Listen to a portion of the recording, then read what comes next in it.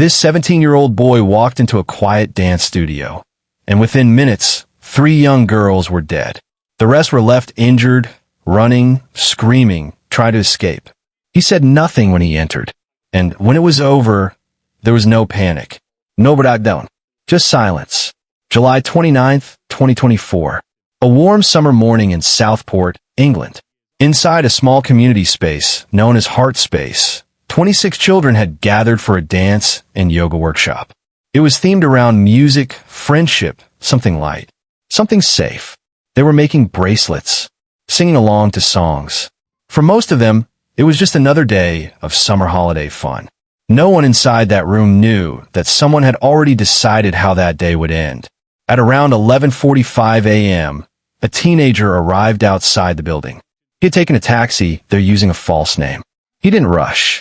He didn't hesitate. He walked in through the front door, climbed the stairs, and followed the sound of children laughing. He wore a hoodie, a face mask, and he carried a knife he had bought days earlier. To anyone watching, he could have been mistaken for someone picking up a child. No one stopped him. When he entered the room, the children were seated together. Then, without warning, he attacked. No shouting, no explanation, just movement. He went from one child to another, as confusion turned into panic. Some tried to run. Others froze. The teachers inside tried to intervene, shielding children, directing them toward exits, doing whatever they could in seconds that felt like hours. Some children made it out. Others didn't. By the time emergency services were called, the damage had already been done. 3 girls, just 6, 7, and 9 years old, lost their lives. 10 more people were injured, including children and 2 adults who tried to stop the attacker. Outside the building, chaos unfolded. Parents rushed to the scene. Emergency responders filled the street. Inside, the silence was broken only by the reality of what had just happened. And the boy responsible. He didn't run far. He was arrested at the scene. His name was Axel Rudakubana, 17 years old, living a life that on the surface didn't stand out.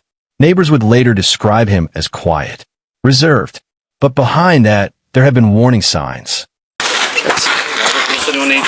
I'll film it. You want to search it, yeah? Right.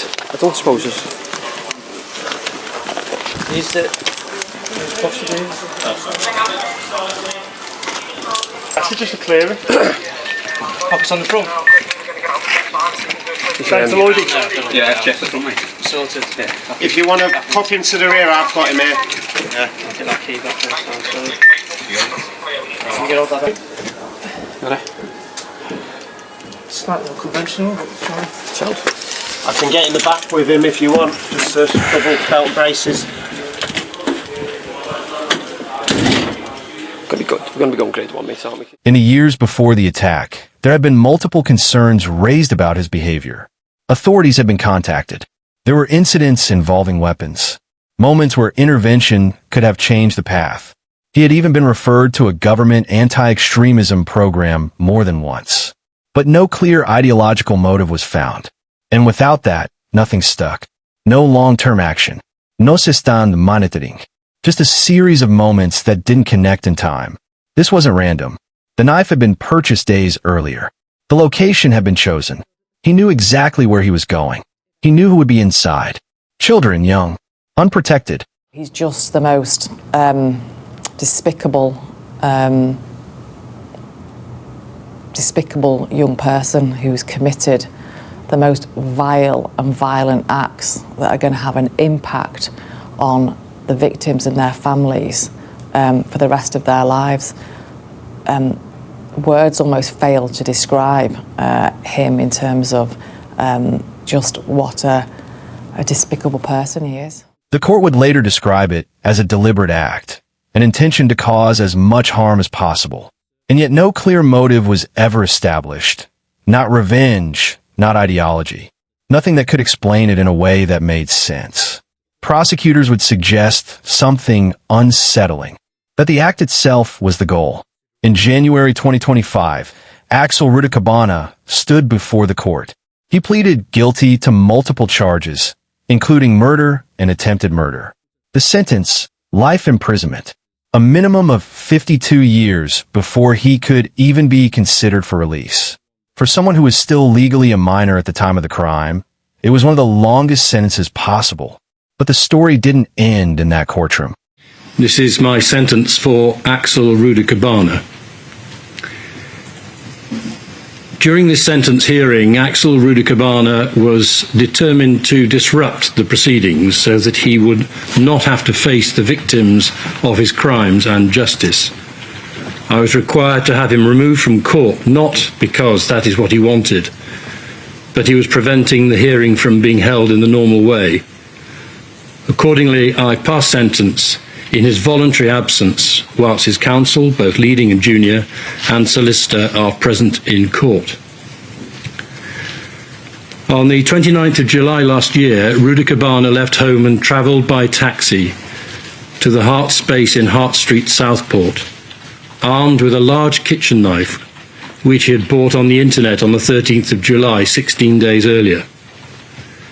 He knew that there was to be a Taylor Swift-themed yoga and dance workshop where very young girls, mostly aged between 6 and 11, were to enjoy an organised party safely in an upstairs room where the organisers were to look after him. There were 26 children in the party, all of them happy and enjoying themselves. It started at about 9:30 that morning on a warm summer's day, but he had targeted those very young children for the horrific, extreme violence he was intent upon. At 11:45 that morning, he arrived and walked straight into the building, up the stairs to where he could hear the sound of happy children. In his mind was the intention to murder as many of them as he physically could. He wanted to try and carry out mass murder of innocent, happy young girls. And over about 15 minutes, he savagely killed 3 of them and attempted to kill 8 more, as well as 2 adults who tried to stop him. It was of such extreme violence, of the utmost and exceptionally high seriousness, that it is difficult to comprehend why it was done. I am sure that Rudakubana had a settled and determined intention to carry out these offences, and that had he been able to, he would have killed each and every child, all 26 of them, as well as any adults who got in his way. I'm now going to sentence Axel Rudakubana, having explained my reasons. On counts 1 to 3 murder, I sentence him to custody for life, with a minimum term which he must serve in custody of 52 years, less the time he's served already. He's been in custody for 175 days on remand, which will be credited. Therefore, the minimum term is 51 years and 190 days.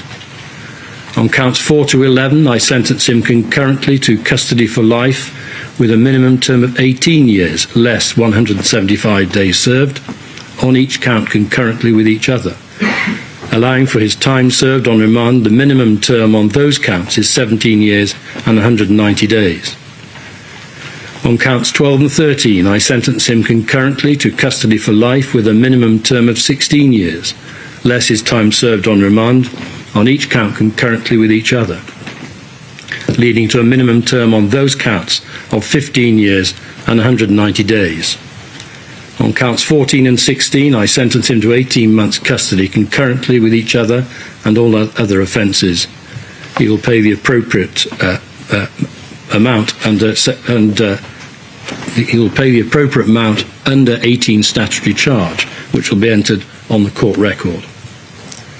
Accordingly, in total, I sentence Rudakubana to 13 sentences of custody for life and a minimum term to be served in custody of 51 days and 190 days. It is highly likely that he will never be released. In the days after the attack, misinformation spread online. Anger turned outward. Protests erupted. Violence followed in parts of the country. A single act inside one small room had rippled far beyond it. 3 families lost daughters. Children who had gone out for a morning activity and never came home. Others survived, but with memories that don't fade. Cannot give myself compassion or accept praise, as how can I live knowing I survived when children died? The trauma of being both a victim and a witness has been horrendous. The impact this has had on me can be summed up by one word: trauma. He targeted us because we were women and girls, vulnerable and easy prey. There was a statement from the parents of Alice. Alice was always a very kind girl who valued equality and fairness at the core. A world of possibilities awaited her, a best friend anyone could ask for. We were so lucky and privileged to have her. Every day felt like a gift. In a matter of minutes, our worlds were shattered and turned upside down by the devastating attack on our Alice, a pin drop that changed our lives forever. We kept our hopes up every second during Alice's 14-hour fight, but once she had lost her fight, we lost our lives. And from Elsie's mum. You deliberately chose that place, fully aware that there would be no parents present, fully aware that girls were vulnerable and unable to protect themselves. We were robbed of the opportunity to protect our girls. What you did was not only cruel and pure evil, it was the act of a coward. For a community, a place that once felt safe was permanently changed. There's no clean ending to a story like this. No explanation that settles it. Just a room that used to be filled with music and a moment that rewrote everything. And a question that still lingers: how does someone walk into a place like that already knowing what they're about to do?